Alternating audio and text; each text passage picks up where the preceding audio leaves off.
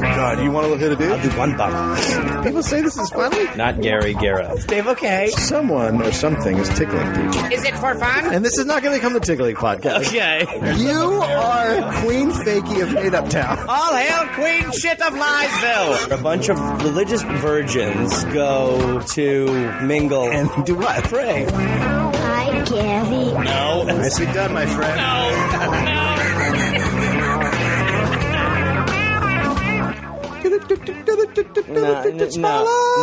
No. My name's Dave Anthony. I'm here with Gary Reynolds. Gareth. My fucking name is Gareth. And we're doing something called a Smollop. Yeah, and my name's Gareth. Gary, sometime in 1820s France, Uh-huh. a young couple named Bourgelat had a son, Jules. It's very French right now. Très français. Jules Bourgelat. The Bourgelat family The Well, once you start saying Bourgelat, your tongue wants to Bourglamely. your tongue just wants to roll around. The Bourgelat family's There we go. occupation was woodcutting, construction. I see nothing wrong with what we're doing so far here. They were lower middle class during a time when your social status was incredibly important. Your family's wealth could determine your entire future, what kind of job you would have, who you would marry, and if you could go to school. You were basically locked in. Okay.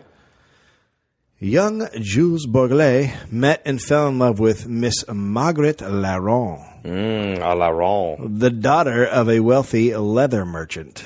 Sure, so it's just a woodcutter and a leather family merging finally.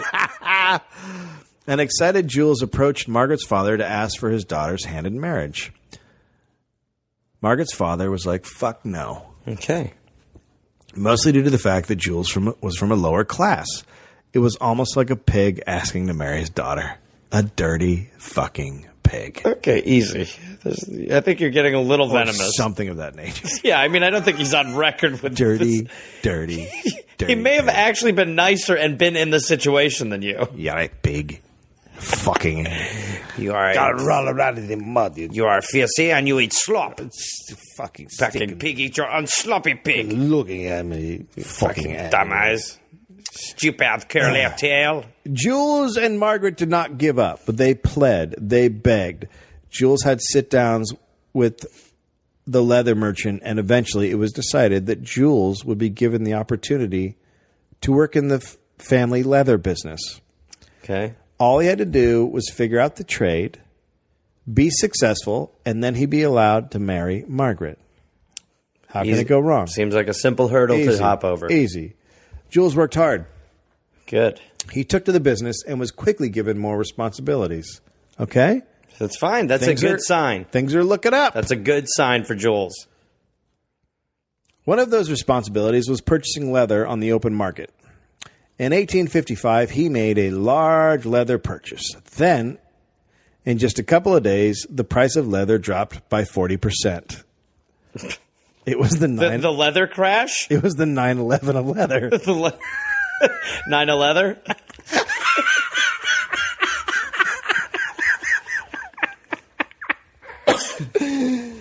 The price dropped to a new breakthrough in the tanning process. Before 1855, leather tanning had been done with tree bark and was very difficult work. Then the tanning industry discovered a chemical compound that could tan the leather in a lot less time with a lot less physical effort. Jules was completely screwed. He had not been paying attention to the technology happenings in the industry. And because young Jules didn't have his eye on the technology breakthroughs, he was stuck with a bunch of leather that could only be sold at a loss. Or should I say Margaret's father's business was stuck with the leather. Yeah, he's on the hook. Margaret's father's leather business was ruined. Oh, Jesus. So he's probably not marrying Margaret? It was like he had a little task and he did not do well. Yeah, not good for the planning of the wedding. Jules was crushed. He was too ashamed to go back to his own family and just started wandering around Lyon, France. He just walked around homeless for 2 years. A local doctor took care of his basic needs, but one day, Jules disappeared from Lyon and was never seen in the city or the country again. Okay. He was missing for a few years. He was probably wandering around Europe, all sad and upset about leather prices. Yeah. Fucking leather.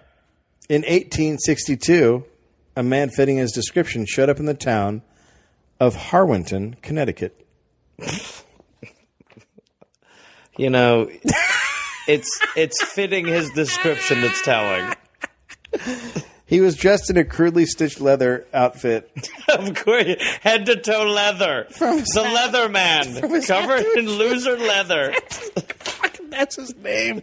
He was called the Leatherman. Shut up! Shut the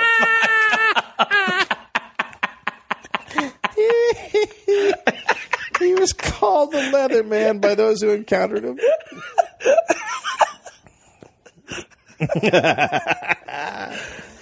I do love that feeling.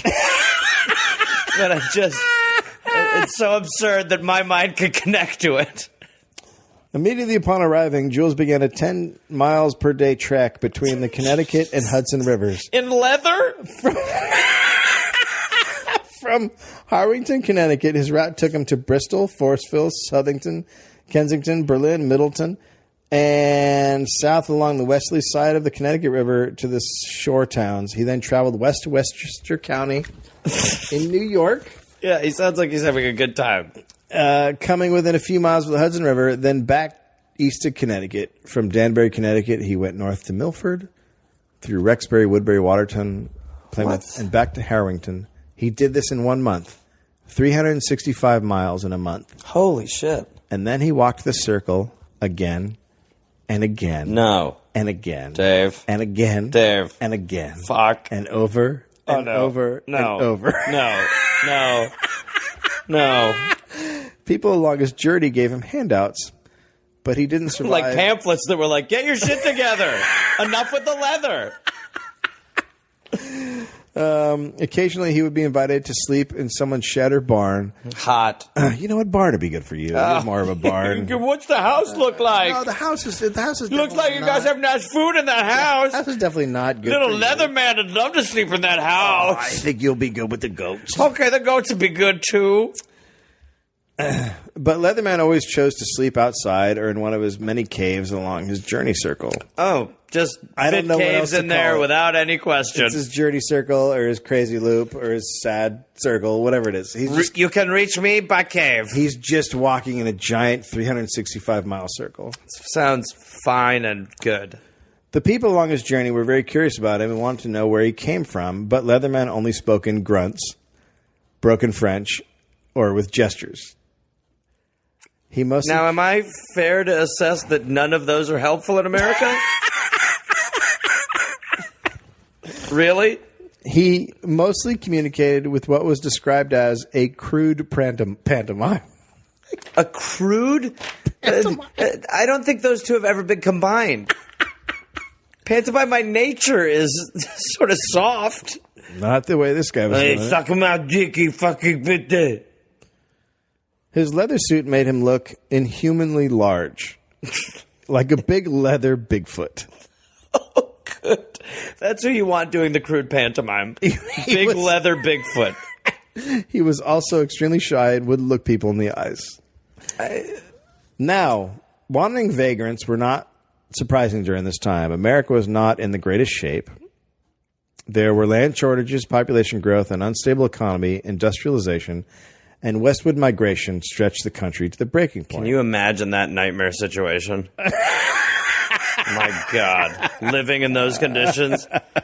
This God, created a large group of men who were just wandering around the country begging or looking for work.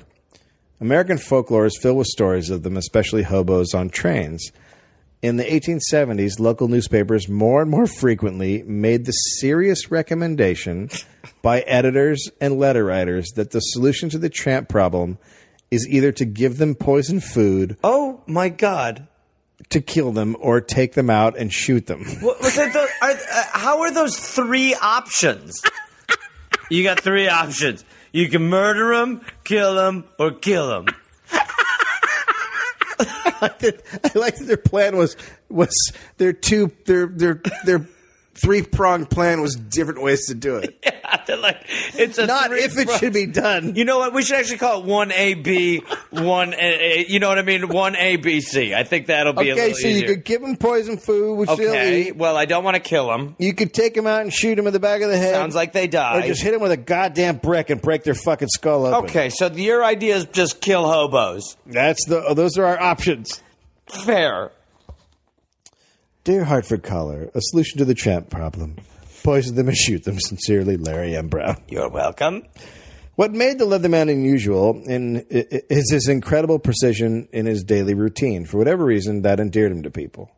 So the fact that he would literally come around the circle and if he went to your house at 34 days ago, he's going to show up at 4 again 34 days later. Like, he was this crazy, Literally, like, it's what's known as OCD. I've never heard of it. Obvious circle disorder. The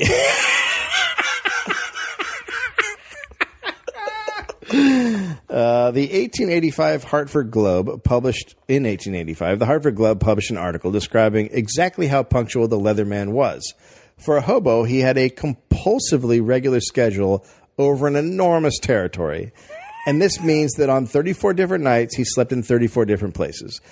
After his schedule was printed in the 1885 paper, he became somewhat of a celebrity. Oh, God.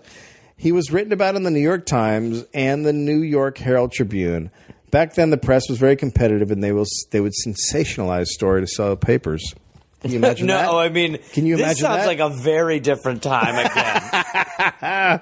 If you fed him and he enjoyed your hospitality, he would show up 34 days later at the same time looking for food again. How did he not think he was getting poison hobo food? He just didn't. He was positive. Glass half full kind of hobo. Yeah, bowl of poison food half full. He would continue to come back every 34 days unless something frightened him away. He's like a fucking stray cat. Don't startle him. The Leatherman. Oh, God, he saw a flash. Oh, God, Jesus That's the Christ. end of the Leatherman. You might have blown the Leatherman for us. He arrived so regularly, families on the 34th day would have a meal prepared for him when he arrived. He would grunt or make appreciative gestures and then quickly move along to keep his tight schedule. 2 generations of the same family would have known him. He walked for that long. So we're talking 30 years. Yeah. Like, now, kids, one day you're going to be feeding the Leatherman yourself. You know how to do it now. Don't make any wild gestures or noises. Upon arriving for a meal, he would rap sharply with a stick on the door. When the owner opened the door, he would point to his mouth and grunt. Ugh. Well, isn't he delightful? Well, I think somebody's a little hungry. Can we keep him, Mommy? Can we keep him? After a couple of visits, he wouldn't need to do that anymore. He was always served outside at a small table. Leatherman. He had like at like everybody's house. He had like his own patio restaurant. Good Lord. I mean, honestly, like, this might be a fair trade at this point to just walk in circles and just get fed a bunch. Well, there you are again. I might just go that route. Excuse me, I'm going to look at my calendar, but I do believe it's been 34 days. He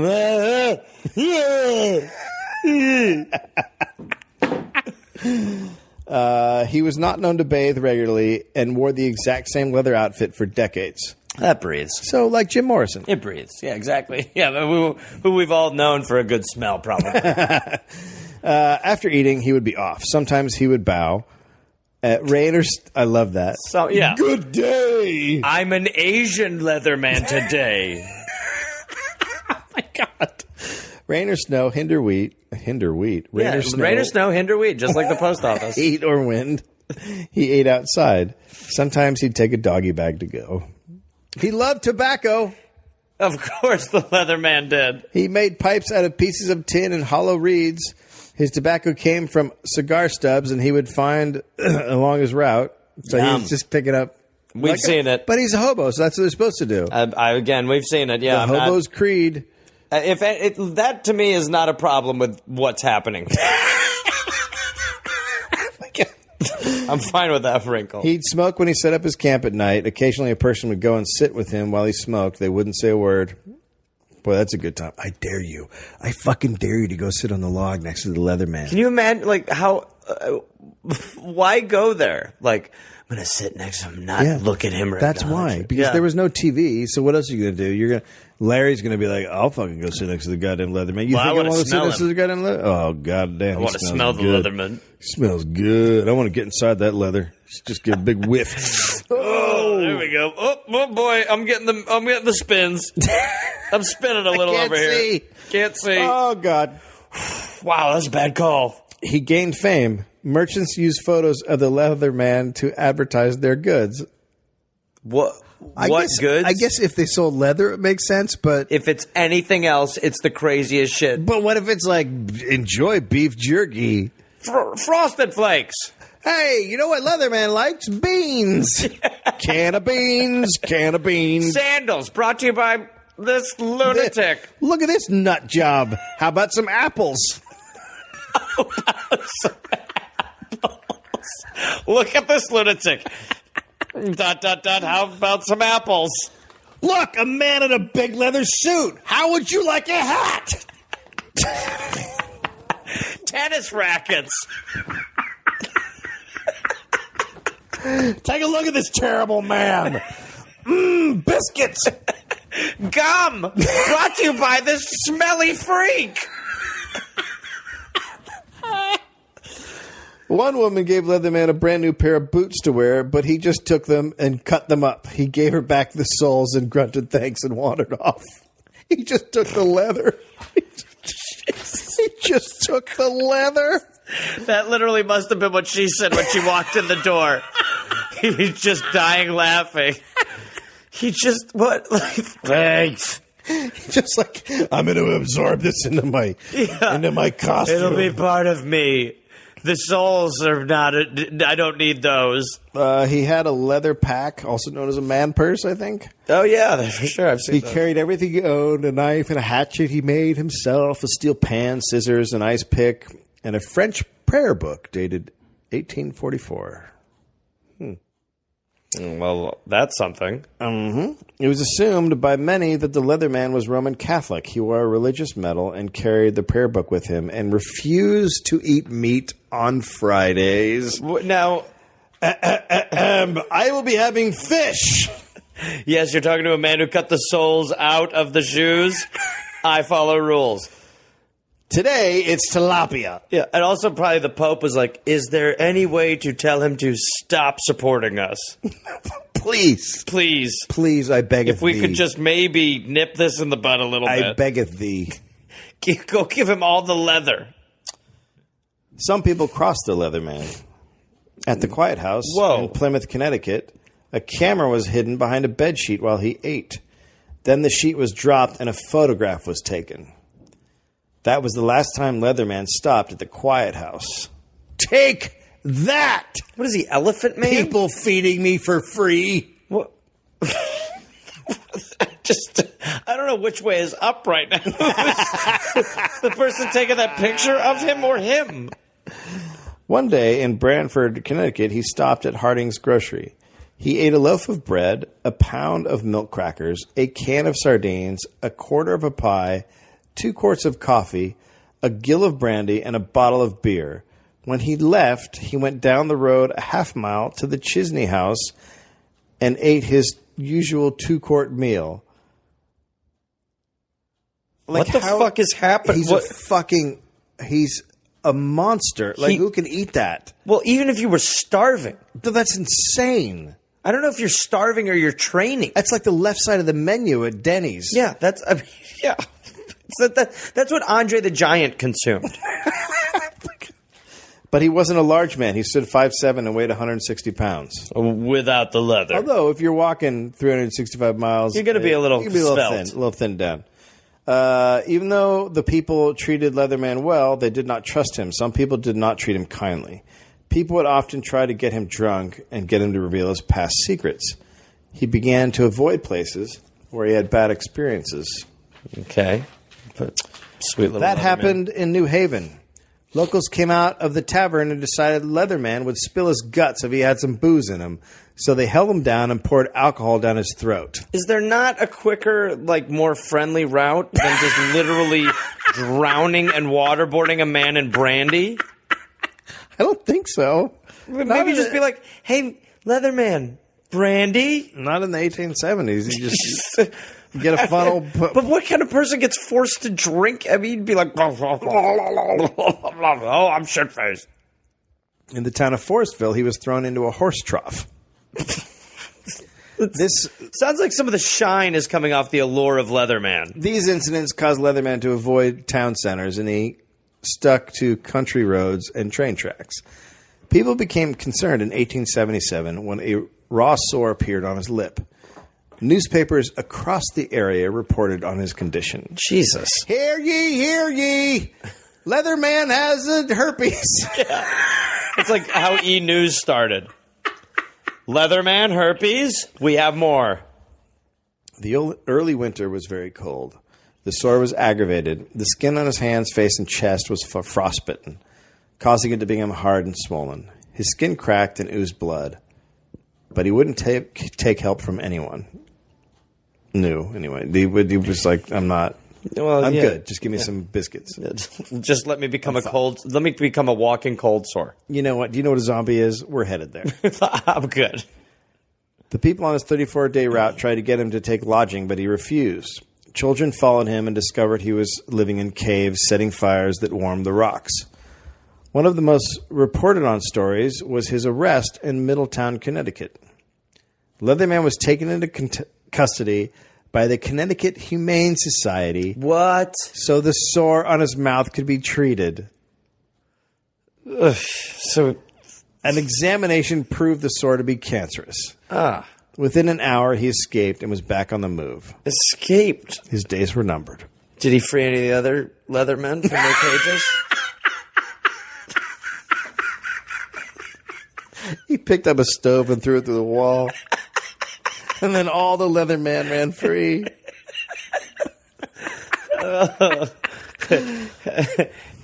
And that's why there's that song, look at the Leatherman run free. Look at the... That Ratchet was like, no! Everyone was amazed when he survived the Great Blizzard of 1888. Cities were shut down all over the Northeast. All modes of transportation were halted. Hundreds died. Leatherman was presumed to be a victim of the storm, but he had built a makeshift hut in Southington, Connecticut, and weathered the storm. The biggest blizzard of the 19th century only slowed him down by 4 days. Jesus. Leatherman. Leatherman! On the 9th of December, 1888, he came to the home of James Bernard of North Haven. He was brought to the fire by the family. He was cold and wet.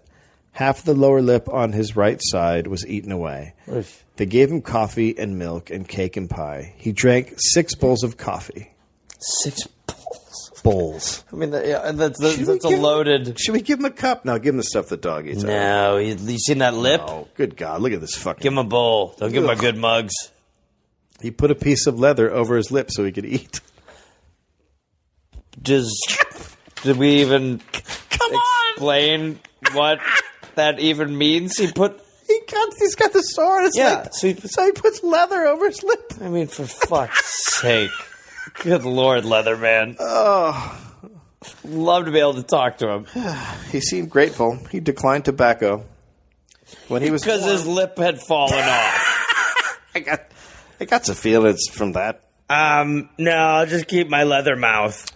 When he was warm and hadn't eaten enough, he got up to go and left. On March 24th, 1889, Henry Miller brought his fiancée to a cave to show her where Leatherman stayed when he was in the area. He saw the body of Leatherman. Leatherman was dead. That marriage was fucking doomed. Yeah.